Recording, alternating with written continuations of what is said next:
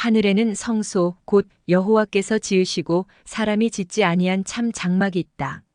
거기에서 그리스도께서는 우리를 위하여 봉사하시고 십자가에서 모든 사람을 위하여 단번에 들이신 당신의 속죄의 희생의 은혜가 믿는 자들에게 효력을 나타내게 하신다. 그분은 승천하시자 우리의 대제사장으로 취임하시고 중보의 봉사를 시작하셨다. 그분은 이 300주야의 예언 기간의 끝인 1844년에 그분의 속죄 봉사의 두 번째요 마지막 단계에 들어가셨다. 그것은 모든 죄의 최종적 처리에 해당되는 조사 심판의 사업이며 고대 히브리 성소가 대속죄일에 정결케 되는 의식으로 예표되었던 것이다. 이 예표로서의 의식에서는 동물의 희생 제물의 피로 말미암아 성소가 정결케 되었지만 하늘의 것은 예수님의 피의 완전한 희생으로 정결케 된다. 조사 심판은 죽은 자들 중에 누가 그리스도 안에서 잠자고 있으며 그러므로 그리스도 안에서 첫째 부활에 참여하기에 합당한 까를 하늘의 주민들에게 계시해 준다. 그것은 또한 살아있는 자들 가운데 누가 그리스도 안에 있으며 하나님의 계명과 예수의 믿음을 지키고 있고 그러므로 그분의 영원한 나라에 들어가도록 승천할 준비가 되어 있는지 분명히 알려준다. 이 심판은 예수님을 믿는 자들을 구원함으로써 하나님의 공의를 옹호한다. 그것은 하나님께 충성해온 자들이 하늘나라를 얻을 것을 선언한다. 그리스도의 이 봉사가 끝나면 재림 전에 인간을 위한 은혜의 기간도 끝난다. 저녁 제사 시간이 되자 제사장은 예루살렘 성전 뜰에 서서 희생 제물인 어린 양을 드릴 준비를 갖추고 서 있다. 그가 희생물을 죽이고자 칼을 들자 땅이 진동한다. 그는 놀라서 칼을 떨어뜨리고 어린 양은 도망친다. 지진의 소음 속에서 그는 보이지 않는 손이 성전 휘장을 위에서부터 아래로 찢는 요란한 소리를 듣는다. 마을 저편에서는 검은 구름이 십자가를 둘러싼다. 하나님의 유월절 양 예수님은 다 이루었다고 부르짖으시고 세상 죄를 위하여 운명하신다. 표상은 실체를 만났다.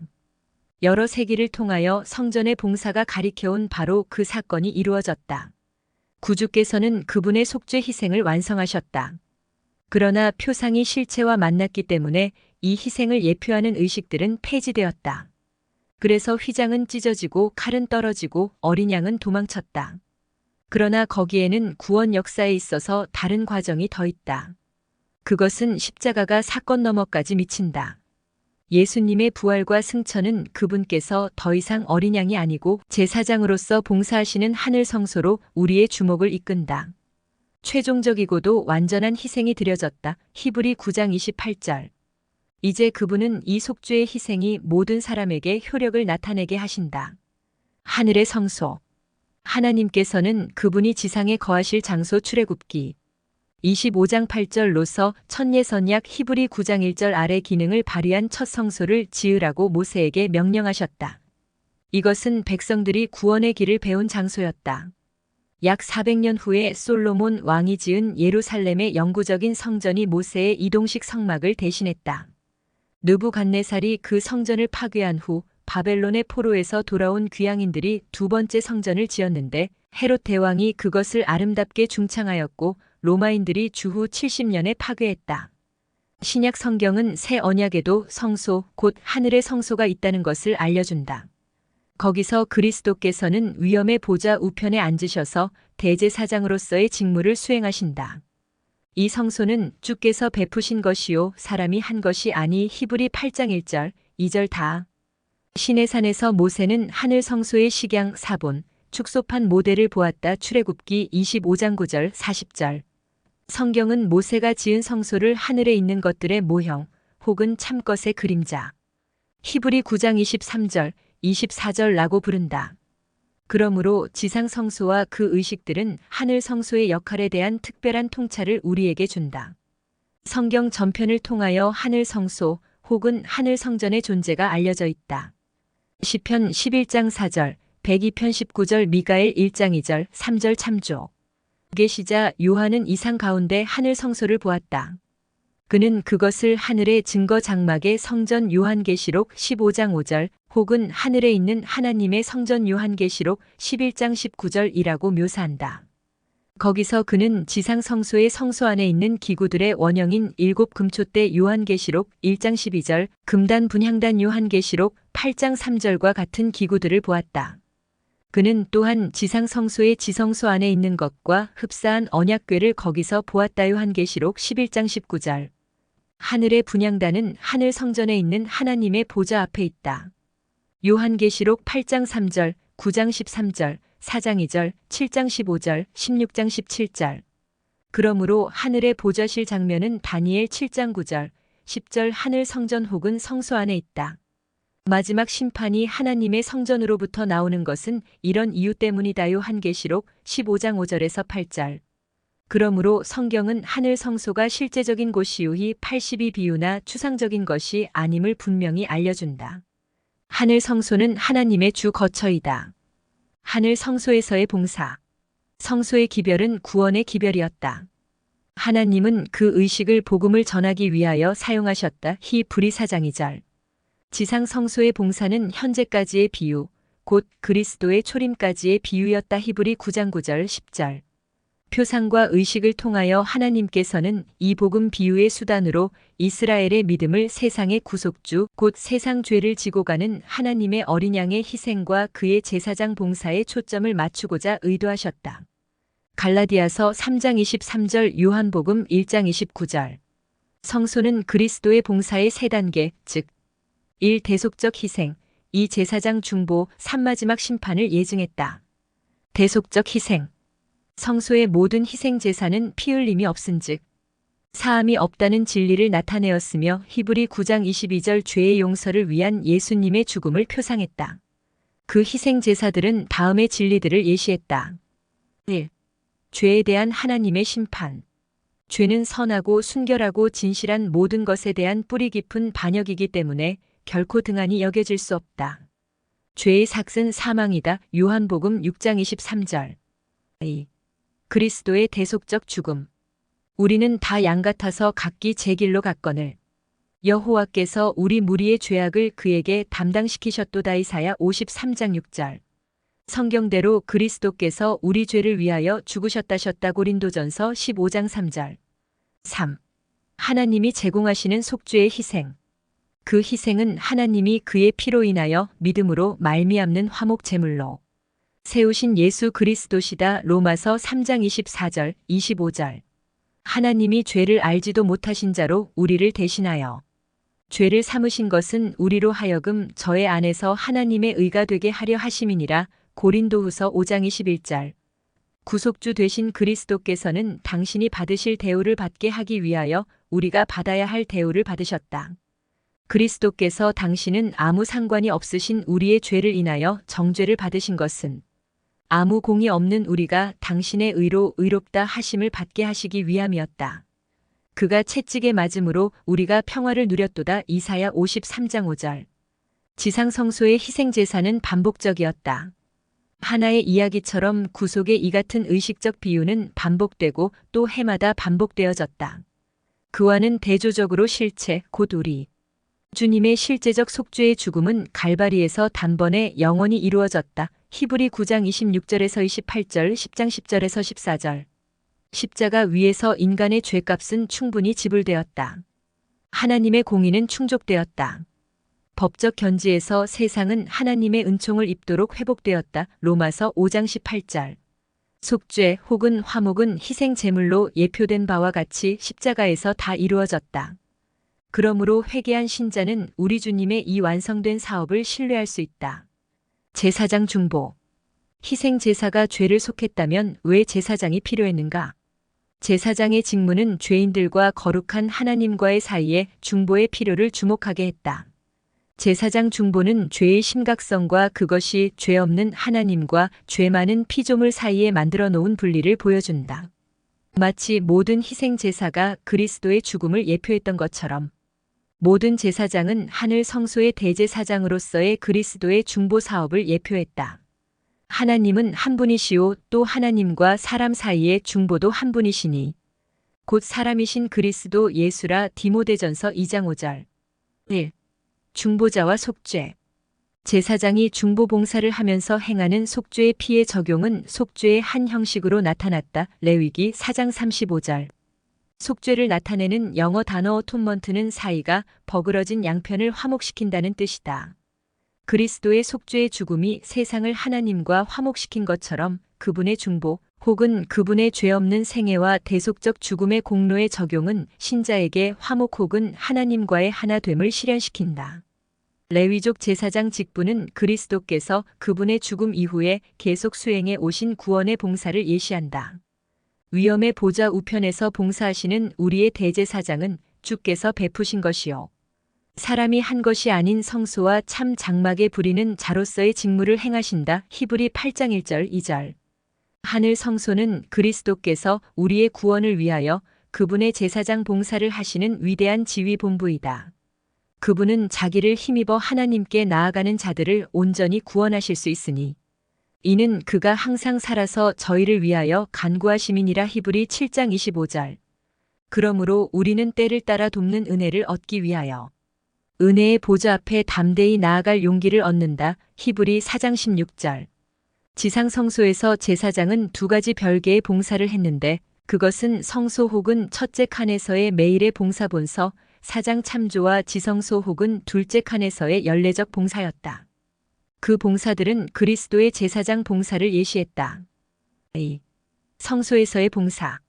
성전 안의 성소에서의 제사장 봉사는 중보와 용서와 화목과 회복의 봉사로 특징 지어질 수 있다. 계속적인 그 봉사는 제사장을 통하여 하나님께 끊임없이 접근하는 길을 제공했다. 그것은 회개한 죄인이 중재자와 중보자이신 그리스도의 제사장 봉사를 통하여 하나님께 즉각적으로 그리고 계속적으로 나아갈 수 있다는 진리를 상징했다. 에베소서 2장 18절, 히브리 4장 14절에서 16절, 7장 25절, 9장 24절, 10장 19절에서 22절. 회개한 죄인이 희생 제물을 가지고 성소에 왔을 때 그는 죄 없는 동물의 머리 위에 자기의 손을 얹고 죄를 고백했다. 이 행동은 상징적으로 그의 죄와 그 형벌을 희생물에게로 옮겼다. 그 결과로 그는 죄의 용서를 받았다. 유대백과 사전에 기록된 바와 같이 희생 제물의 머리 위에 손을 얹는 것은 그것으로 말미암아 죄의 대치와 전가가 이루어지게 하는 일반적인 의식이다. 모든 제사에는 대치의 사상이 있다. 희생물이 인간 죄인을 대신한다. 속죄 제물의 피는 다음의 두 방법 중 하나로 사용되었다. 1. 성소 안으로 가져왔을 때는 성소 안 휘장 앞에 뿌려지고 분향단 뿔에도 발려졌다. 레위기 4장 6절, 7절, 17절, 18절.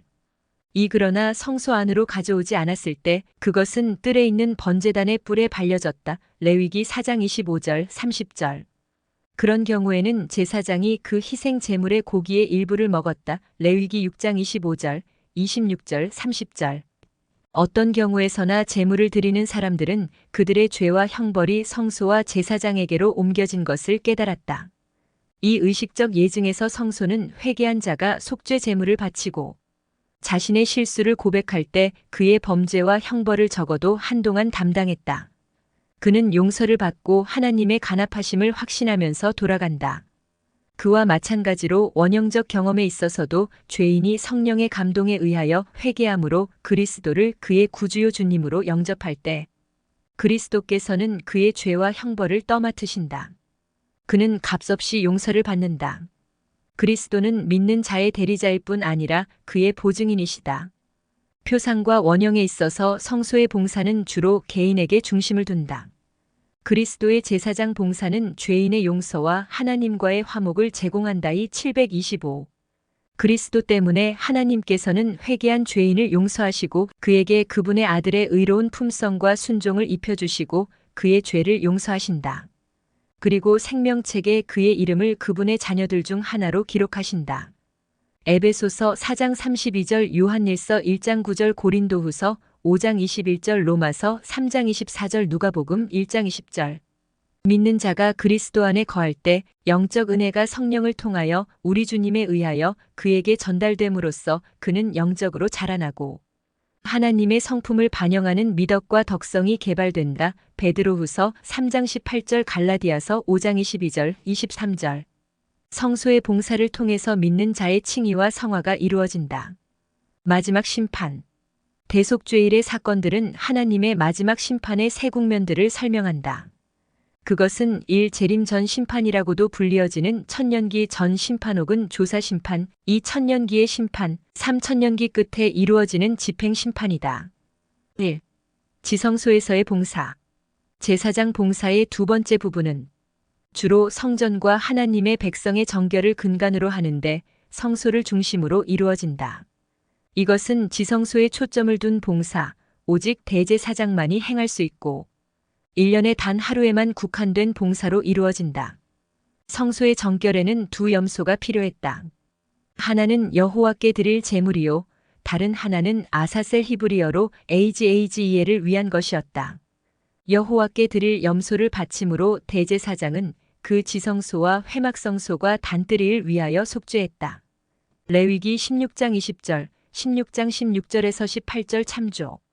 그리스도의 피를 대표하는 여호와를 위한 염소의 피를 지성소 안으로 가져간 대제사장은 거룩한 하나님의 율법의 요구를 충족시키기 위하여 바로 하나님의 면전에서 하나님의 십계명이 들어있는 법궤의 뚜껑인 속죄소에 그것을 직접 뿌렸다.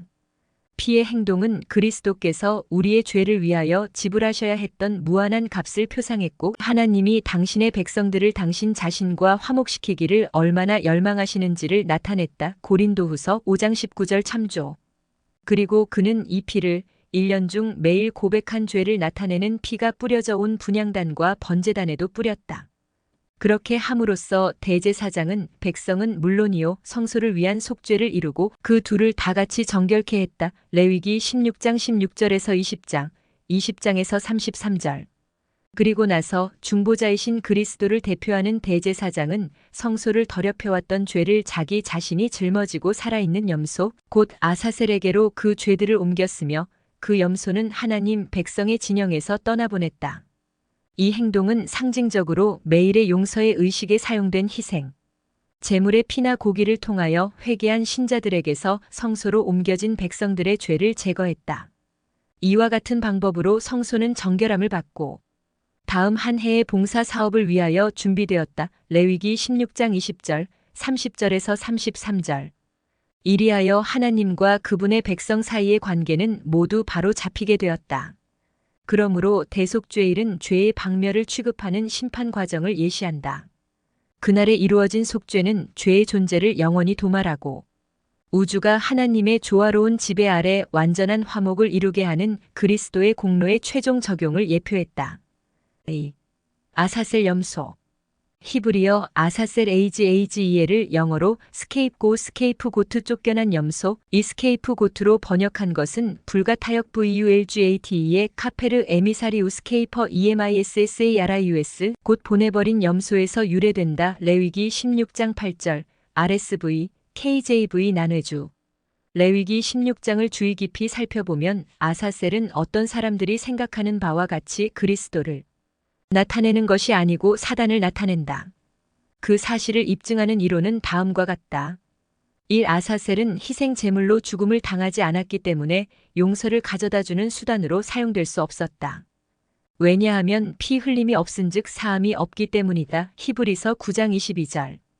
이 성소는 아사셀이 의식에 참여하기 전에 여호와께 드려진 염소의 피에 의하여 완전히 정결해졌다. 레위기 16장 20절. 삼성경 기록은 아사셀을 하나님께 대하여 반대되고 상반되는 존재로 취급한다. 레위기 16장 8절은 글자 그대로 한 제비는 여호와를 위하고 한 제비는 아사셀을 위하여 할지라고 되어 있다. 그러므로 성소 비유의 배경에서 보면 여호와를 위한 염소는 그리스도의 상징으로 아사셀은 사단의 상징으로 생각하는 것이 훨씬 합리적이다. 3. 심판의 다른 국면들. 대속죄일의 아사셀 의식은 갈바리를 넘어서 죄악 문제의 마지막 종결, 곧 죄와 사단의 추방을 나타냈다. 죄에 대한 완전한 책임은 죄의 창시자요 선동자인 사단에게로 넘겨질 것이다. 사단과 그의 추종자들 그리고 모든 죄의 결과들은 완전히 파멸되어 우주에서 사라질 것이다. 그러므로 심판에 의한 속죄로 말미암아 온 우주는 완전히 화목해지고 조화롭게 될 것이다. 에베소서 1장 10절. 이것이 그리스도께서 하늘 성소에서 행하는 제사장 봉사의 두 번째요 마지막 국면에서 성취되어야 할 목표이다. 이 심판은 온 우주 앞에 하나님의 공의를 최종적으로 옹호하게 될 것이다. 대속죄일은 마지막 심판의 세 국면들을 묘사했다. 1. 성소에서의 죄의 도말은 첫 번째 혹은 재림전 조사 심판의 국면과 관련된다. 그것은 대속죄일이 회개한 자가 고백한 죄를 성소에서 도말하는 데 초점을 두는 것과 꼭 마찬가지로 생명책에 기록된 이름들에 초점을 둔다. 거짓 신자들은 체질을 당하여 떨어져 나갈 것이며 참 신자들의 믿음과 그리스도와의 연합은 충성된 우주 앞에서 재확인될 것이다. 그리고 그들의 죄의 기록들은 도말될 것이다. 이 아사셀의 광야 추방은 황폐된 이 지구에서의 사단의 1영년 동안의 감금을 표상하는데 그것은 재림시에 시작되고 하늘에서 이루어지는 마지막 심판의 두 번째 국면과 부합된다. 요한계시록 20장 4절 고린도전서 6장 1절에서 3절. 이 천년기의 심판을 통하여 구원받은 자들이 악인들에 대한 심판을 살펴봄으로써 죄와 구원받지 못한 죄인들에 대한 하나님의 처사를 깨닫게 되므로 유익을 받게 될 것이다. 그것은 구속받은 자들이 하나님의 자비와 공의에 관하여 품을 수도 있는 모든 의문들을 풀어줄 것이다. 본서 26장 참조. 3. 정결해진 진영은 불이 악인들을 소멸하고 지구를 정하게 할 때 곧 세 번째의 심판 혹은 집행심판의 결과를 표상한다. 계시록 20장 11절에서 15절, 마태복음 25장 31절에서 46절, 베드로후서 3장 7절에서 13절, 본서 26장 참조. 예언상의 하늘 성소. 위에서 우리는 표상과 원형의 관점에서 성소를 살펴보았다. 이제 예언 가운데서 그것을 살펴보기로 하자. 하늘 성소의 기름 부음. 다니엘 9장의 70주일의 예언은 하늘 성소에서의 그리스도의 제사장 봉사의 시작을 가리켰다. 490년 기간에 이루어질 마지막 사건들 중 하나는 지극히 거룩한 자가 기름 부음을 받는 것이었다. 다니엘 9장 24절. 지극히 거룩한 자라고 번역된 히브리어 코데쉬 코데심 QODESHQODESHIM은 사실상 지성소를 의미한다. 그러므로 그것은 지성소가 기름 부음을 받으리라고 번역되는 것이 더 좋을 것이다. 지상 성소의 시작에 있어서 성소가 그 봉사를 위하여 바쳐지도록 거룩한 기름으로 부음을 받은 것처럼 하늘 성소의 시작에 있어서도 그리스도의 중보 사업을 위하여 그것을 봉헌하도록 기름 부음을 받았다. 그리스도께서는 당신의 죽음 직후에 승천하심으로 다니엘 9장 27절 우리의 대제사장이요 중보자로서의 그분의 봉사를 시작하셨다. 하늘 성소의 정결. 하늘 성소의 정결에 관하여 이야기하면서 히브리서는 거의 모든 물건이 피로써 정결케 되나니 피 흘림이 없은즉 사함이 없느니라. 그러므로 하늘에 있는 것들의 모형 지상의 성소는 이런 것들 짐승들의 피로 정결케 할 필요가 있었으나 하늘에 있는 것들 하늘의 성소는 이런 것들보다 더 좋은 제물. 히브리서 9장 22절, 23절 곧 그리스도의 보배로운 피로 할 것이라고 말한다. 여러 주석가들은 이 성경의 가르침을 간파했다. 헨리 엘퍼드는 하늘 그 자체가 정결이 필요했고 그리스도의 속죄의 피로 말미암아 또한 그 정결을 얻었다고 말했다. 웨스트코트 B. F. 웨스트카트는 하늘에 있는 것들일지라도 그것들이 인류의 미래의 생애의 상태를 구체화하는 한 인류의 타락으로 무엇인가 오염되었으므로 정결케 될 필요가 있다고 말할 수 있다고 했다. 그는 지상 성소의 할르 원형을 정결케 할 수 있는 것이 그리스도의 피라고 말했다.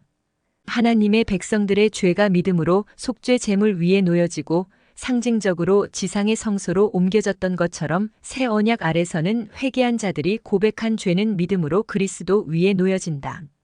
그러므로 표상적인 대속죄일 동안에 지상 성소의 정결이 거기에 축적되었던 죄를 제거한 것처럼 하늘의 성소는 하늘책에 있는 죄의 기록을 최종적으로 도말함으로써 정결해진다. 그러나 기록들이 최종적으로 깨끗해지기 전에 누가 회개와 그리스도를 믿는 믿음을 통하여 그분의 영원한 나라에 들어갈 자격을 갖추고 있는지 결정하기 위하여 그것들이 검토되어야 할 것이다. 그러므로 하늘 성소의 정결에는 조사 혹은 심판의 사업이 포함되는데 그것은 심판 날로서의 대속죄일의 성격을 충분히 반영한다.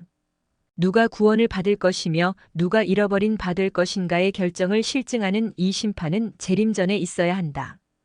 왜냐하면 재림 때에 그리스도께서 각 사람에게 그의 일한 대로 갚아 요한계시록 22장 12절 줄 상급을 가지고 오시기 때문이다. 그때에는 또한 사단의 비난에 대한 대답도 이루어질 것이다. 요한계시록 12장 10절 참조. 진정으로 회개하고 믿음으로 그리스도의 속죄 희생의 피를 주장한 모든 사람은 용서를 받았다.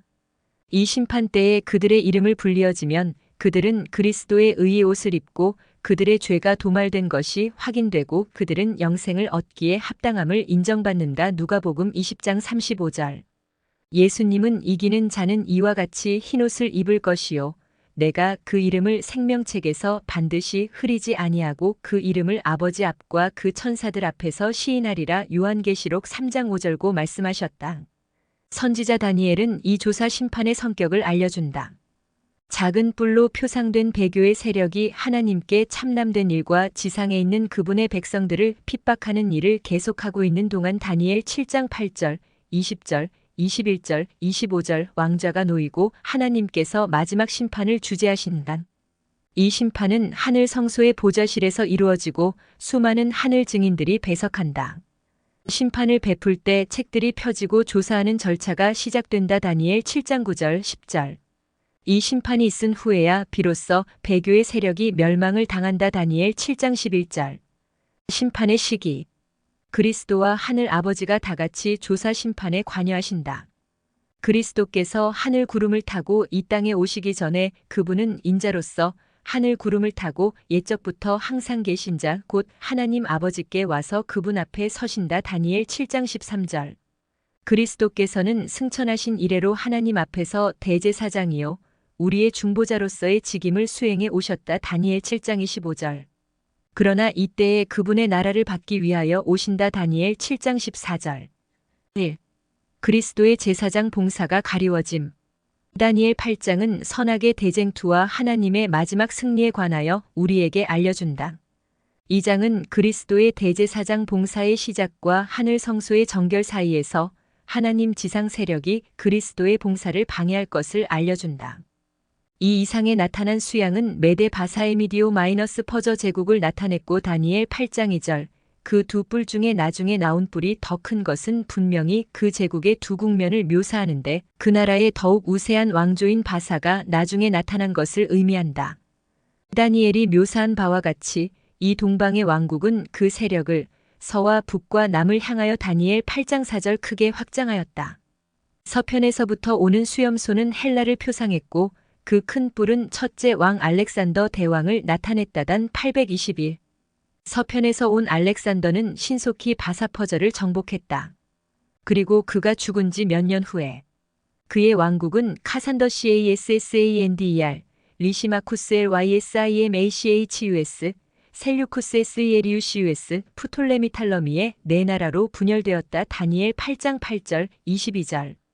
이 네 나라 마지막 때의 다니엘 8장 23절, 다른 말로 하면 분열된 헬라 제국의 마지막 때에 작은 뿔 하나가 다니엘 8장 9절 일어날 것이다.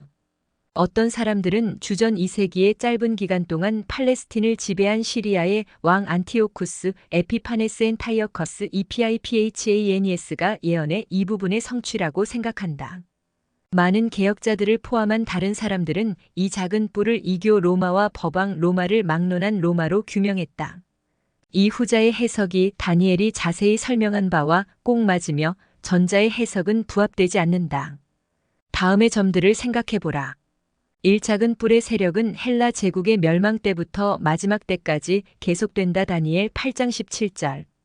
법왕 로마와 이교 로마를 포함한 로마인이 이 기간에 꼭 해당된다.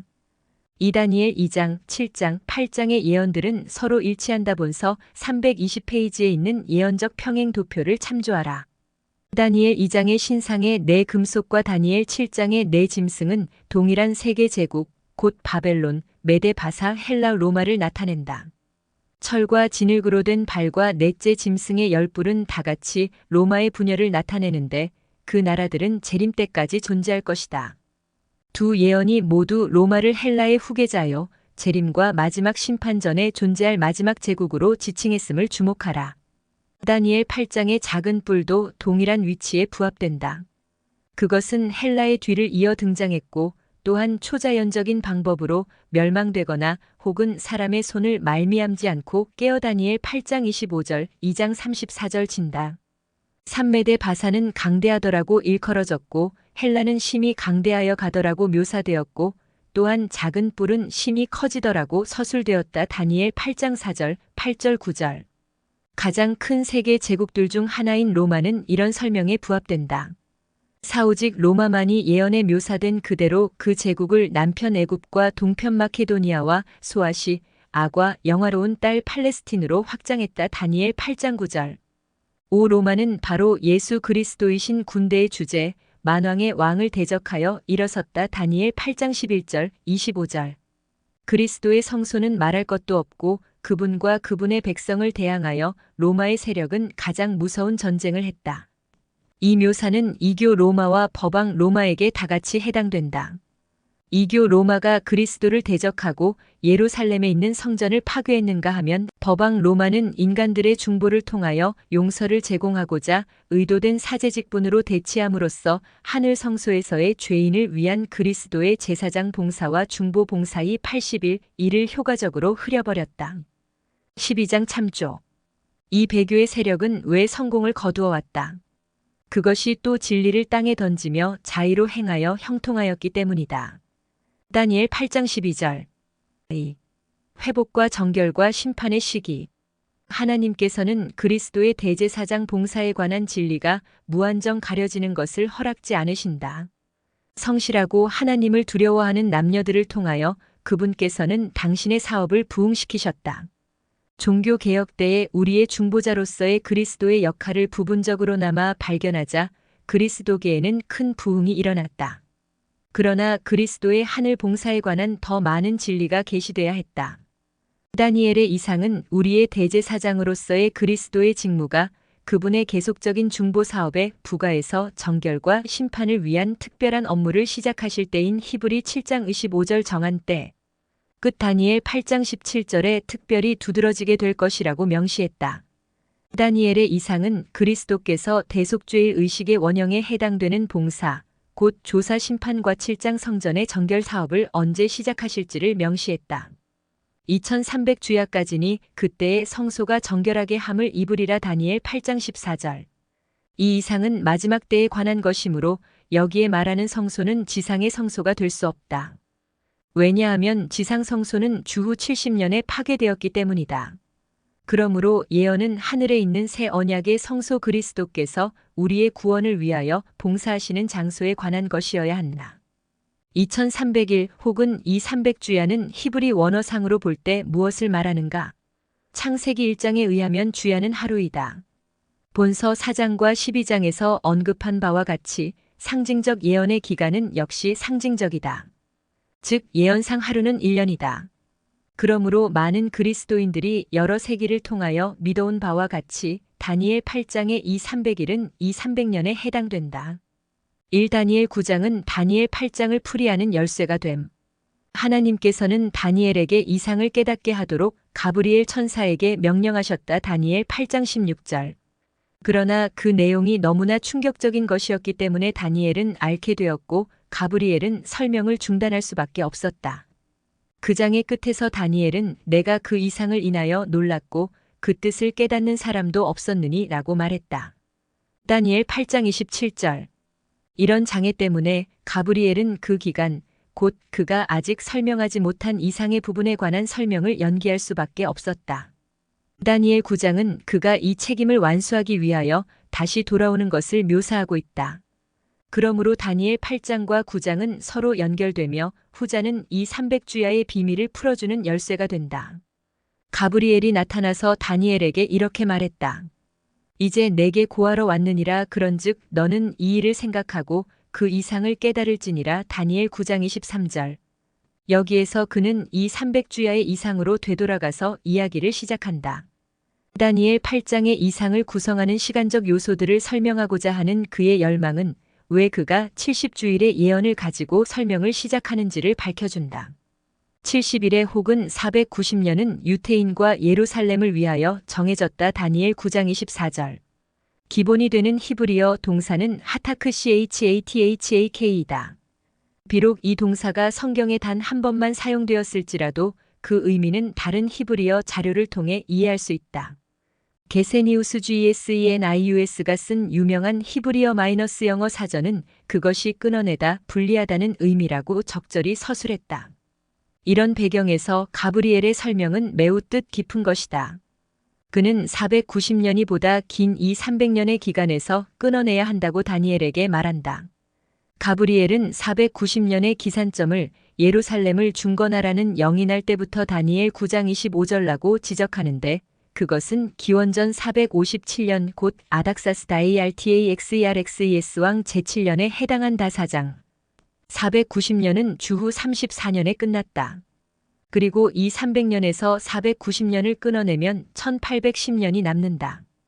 이 300년은 주후 34년 이후 1810년이 지나야 하므로 1844년까지 이르게 된다.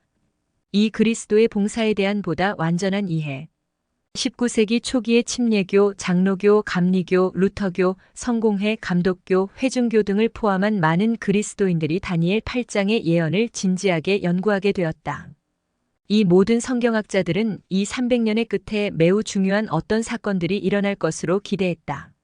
작은 뿔의 세력과 성소에 관한 그들의 이해에 따라 그들은 이 예언의 기간이 교회의 정결, 팔레스틴과 예루살렘의 해방, 유대인의 복귀, 터키나 모슬렘 세력의 몰락, 법왕권의 붕괴, 참 예배의 회복, 복천년의 시작, 심판의 날, 불로 말미암는 지상의 정결, 재림 등으로 끝날 것으로 기대했다. 그러나 이런 예언들 중 하나도 실현되지 않았고 그것들을 믿는 자들은 모두 실망했다. 그리고 그들의 실망의 쓰라림의 강도는 예상된 사건의 성격과 비례했다. 분명히 그리스도께서 1844년에 오실 것으로 기대했던 자들의 실망은 유대인들이 팔레스틴으로 돌아올 것으로 바라보던 자들의 실망보다 훨씬 더 아픈 것이었다. 실망의 결과로 많은 사람들은 예언의 연구를 포기하거나 이런 결론에 이르게 한 역사주의적 예언 해석 방법에서 돌아섰다. 그러나 어떤 사람들은 많은 기도와 열성으로 이 예언과 성소 문제를 계속 연구하고 그들을 위하여 그리스도께서 하늘 성소에서 봉사하고 계심을 끊임없이 바라보았다. 그들의 연구는 그분의 그 같은 봉사에 대한 풍부한 새로운 통찰을 얻음으로 보상을 받았다. 그들은 초대 교회와 종교개혁 당시의 예언적 신앙이 여전히 효력이 있음을 발견했다. 예언적 시간 계산은 정말로 옳았다. 이 300년은 1844년에 끝났다. 그들의 실수와 그 당시의 모든 해석자들의 실수는 그 예언적 기간의 끝에 일어날 사건에 관한 오해에 있었다. 그러므로 그리스도의 성소 봉사에서 오는 새 빛은 그들의 실망을 희망과 기쁨으로 바꾸었다. 성소에 관한 성경의 가르침을 그들이 연구함에 따라 1844년에 그리스도께서 옛적부터 항상 계신 분 앞으로 나오셔서 하늘 성소에서의 그분의 대제사장 봉사의 마지막 부분을 시작하셨다는 사실이 밝혀졌다. 이 봉사는 다니엘 7장이 재림전 조사 심판으로 묘사하는 대속죄일의 성소 정결의 원형이었다. 그리스도의 하늘 봉사에 대한 이 같은 새로운 통찰은 역사적 그리스도인 신앙에서 떠나간 것이 아니다. 그것은 진실로 그 신앙의 논리적 귀결이요 필연적 완성이다. 그것은 단순히 세상에 대한 그 증거의 마지막 부분에 있어서 영원한 복음을 특징짓는 예언된 강조점의 마지막 때 모습이자 성취이다. 대쟁투에서의 의미. 다니엘 7장과 8장의 예언들은 하나님과 사단 간의 대쟁투의 마지막 결과에 대한 보다 광범위한 내용을 보여준다. 하나님의 품성의 옹호. 작은 뿔의 활동을 통하여 사단은 하나님의 권위에 도전하고자 했다. 그 세력의 활동은 하늘의 성소, 곧 하나님의 정부의 심장부를 훼손하고 짓밟아왔다. 그러나 다니엘의 이상은 하나님이 작은 뿔과 사단 자신에게 유죄 선고를 내리게 해주는 재림전 심판을 가리킨다. 갈바리의 빛 가운데서 사단의 모든 도전은 반박될 것이다. 모든 사람은 하나님이 옳다는 것과 그분이 죄악 문제에 전혀 책임이 없다는 것을 깨닫고 인정할 것이다. 그분의 품성은 논쟁의 여지가 없어지고 그분의 사랑의 정부는 재확인될 것이다. 하나님 백성의 옹호. 그 심판은 배교적인 작은 뿔의 세력을 정죄하는 반면 그것은 지극히 높으신 자의 성도를 위 다니엘 7장 22절한 것이 된다. 진실로 이 심판은 우주 앞에서 하나님을 옹호할 뿐 아니라 그분의 백성도 옹호한다. 비록 성도들이 여러 세기를 통하여 겪어온 바와 같이 그리스도를 믿는 그들의 신앙 때문에 멸시를 받고 핍박을 당해왔을지라도 이 심판은 그런 것을 바로 잡아준다. 하나님의 백성들은 그리스도의 약속을 깨닫게 될 것이다. 누구든지 사람 앞에서 나를 시인하면 나도 하늘에 계신 내 아버지 앞에서 저를 시인할 것이오마. 태복음 10장 32절, 누가복음 12장 8절, 9절, 요한계시록 3장 5절. 참조. 심판과 구원. 조사 심판이 예수 그리스도를 믿는 자들의 구원을 위태롭게 하는가? 결코 그렇지 않다. 진실한 신자들은 그분을 중보자로 신뢰하며 그리스도와 연합해서 산다. 로마서 8장 34절. 그들의 보증은 아버지 앞에서 우리에게 대언자가 있으니 곧 의로우신 예수 그리스도시라는 말로 약속되어 있다. 요한일서 2장 1절. 그러면 재림 전 심판은 왜 있는가? 이 심판은 삼위 하나님을 위한 것이 아니다. 그것은 근본적으로 우주를 위하여 있다. 곧 사단의 송사에 대답을 해주고 타락하지 않은 피조물들에게 하나님이 진정으로 회개한 자들만을 그분의 나라에 들어가도록 허락하실 것이라는 사실을 보증해 준다. 그러므로 하나님은 기록책들을 펴시고 편견 없이 살펴보게 하신다. 다니엘 7장 9절 10절. 인간은 다음에 열거하는 세 부류 중 하나에 속한다. 1. 하나님의 권위를 부인하는 악인. 2. 믿음으로 그리스도의 공로를 의지하고 하나님의 율법을 순종하면서 사는 진실한 신자. 3. 진실한 신자처럼 보이지만 그렇지 못한 자. 타락하지 않은 존재들은 첫째 부류를 쉽게 분별할 수 있다. 그러나 누가 진실한 신자이며 누가 진실하지 않은 신자인가? 두 부류의 사람들이 다 같이 지금껏 하나님을 섬기는 일에 참여한 모든 사람들의 이름이 적혀 있는 생명책에 기록되어 있다. 누가복음 10장 20절, 빌레몬 4장 3절, 다니엘 12장 1절, 요한계시록 21장 27절. 교회 자체도 참 신자와 거짓 신자, 곧 알곡과 가라지를 다 수용하고 있다. 마태복음 13장 28절에서 30절. 타락하지 않은 하나님의 피조물들은 전지하지 않다. 그들은 마음을 읽을 수 없다. 그러므로 진실한 자들을 거짓된 자들에게서 분리시키고 관심을 가지고 있는 우주에게 신실한 신자를 구원하는 일에 나타난 하나님의 공의를 보여주기 위하여 그리스도의 재림 전에 심판이 필요하다. 문제는 하나님과 우주와의 문제이지 하나님과 진실한 자녀 사이의 문제가 아니다. 이러므로 기록책을 펴서 믿음을 가졌노라고 공언하며 그들의 이름이 생명책에 기록된 자들에 관한 일체의 사항이 공개되어야 한다. 그리스도께서는 관대한 복음의 초청에 응한 혼인잔치의 손님들의 비유를 통하여 이 심판을 묘사하셨다.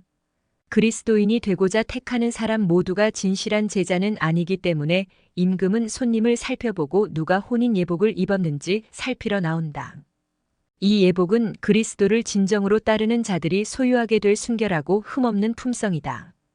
티나 주름 잡힌 것이나 이런 것들이 없는 빛나고 깨끗한 세마포가 교회에 주어진다. 요한계시록 19장 8절, 에베소서 5장 27절. 성경은 깨끗한 세마포를 성도들의 옳은 행실 요한계시록 19장 8절이라고 말한다. 그것은 그리스도의 의 곧 그분의 흠없는 품성인데 믿음으로 그분을 개인의 구주로 받아들이는 모든 사람에게 주어진다. 임금이 손님들을 살펴볼 때 복음의 초청을 통하여 그처럼 너그럽게 공된 그리스도의 의의 옷을 입은 자들만이 진실한 신자로 간합된다. 그러나 하나님을 따르는 자들로 공언하면서 불순종의 생애를 하고 그리스도의 의를 옷 입지 않는 자들은 생명책에서 도말될 것이다. 출애굽기 32장 33절. 참조. 그리스도를 믿는 믿음을 고백한 모든 사람이 조사 심판의 대상이 된다는 관념은 은혜로 말미암아 믿음으로 구원을 얻는다는 성경의 가르침과 배치되지 않는다. 바울은 어느 날인가 자신이 심판을 받을 것을 알았다. 그러므로 그는 그 안에서 발견되려 함이니 내가 가진 의는 율법에서 난 것이 아니요 오직 그리스도를 믿음으로 말미암은 것이니 곧 믿음으로 하나님께로서 난 의라. 빌레몬 3장 9절. 라는 소망을 나타냈다. 그리스도와 연합된 모든 사람은 구원이 보장된다. 재림 전 마지막 심판의 장면에서 진실한 신자들, 그리스도와 구원의 관계를 이루고 있는 자들은 타락하지 않은 우주 앞에서 인정을 받는다. 그러나 그리스도께서는 그들이 얼마나 많은 선한 일을 행동을 했느냐는 것을 기준으로 그리스도인이라고 공언만 하는 자들에게 구원을 보장하실 수 없다. 마태복음 7장 21절에서 23절 참조. 그러므로 하늘의 기록들은 단순히 진실한 자들을 거짓된 자들에게서 골라내는 자료 이상의 것이다. 그것들은 또한 천사들 앞에서 진실한 신자들을 확증하는 근거도 되는 것이다. 성소의 교리는 신자와 그리스도 사이의 보증을 빼앗는 것이 아니라 오히려 그것을 떠받쳐준다. 그것은 신자의 마음에 구원의 계획을 예증해주고 분명히 설명해준다. 회개하는 그의 마음은 성소의 희생 제도를 통하여 표상된 바대로 그의 죄를 위한 그리스도의 대속적 죽음의 실체를 받아들이고 즐거워한다. 더 나아가서 그의 믿음은 살아계신 그리스도, 곧 거룩하신 하나님의 존전에서 그의 제사장적 중보자가 되시는 그리스도 안에서 그의 믿음의 의미를 발견한다. 준비해야 할 시기. 하나님은 그리스도의 구원 사업의 마지막 봉사에 대한 기쁜 소식이 그리스도께서 오시기 전에 온 세계에 전해지기를 바라신다. 이 기별의 중심은 그의 하나님의 심판하실 시간이 이르러 요한계시록 14장 7절기 때문에 긴급하게 전해져야 할 영원한 복음이다. 이 호소는 하나님의 심판이 지금 이루어지고 있다는 것을 세상에 경고한다. 오늘 우리는 원형적 대속죄일에 살고 있다. 이스라엘 사람들이 그날에 그들의 심령을 괴롭게 하도록 요구받은 것처럼 레위기 23장 27절 하나님은 그분의 모든 백성들이 마음에서 우러난 회개를 경험하도록 요구하신다. 그들의 이름이 생명책에 계속 남아있기를 바라는 모든 사람은 이 하나님의 심판의 시간 동안에 하나님과 그들의 동료 인간들과의 관계를 바르게 해야 한다. 요한계시록 14장 7절. 대제사장으로서의 그리스도의 사업은 거의 끝나가고 있다. 인간에게 주어진 은혜의 시기는 사라져가고 있다. 하나님의 음성이 언제 다 이루었다고 선언하실지 아무도 모르다.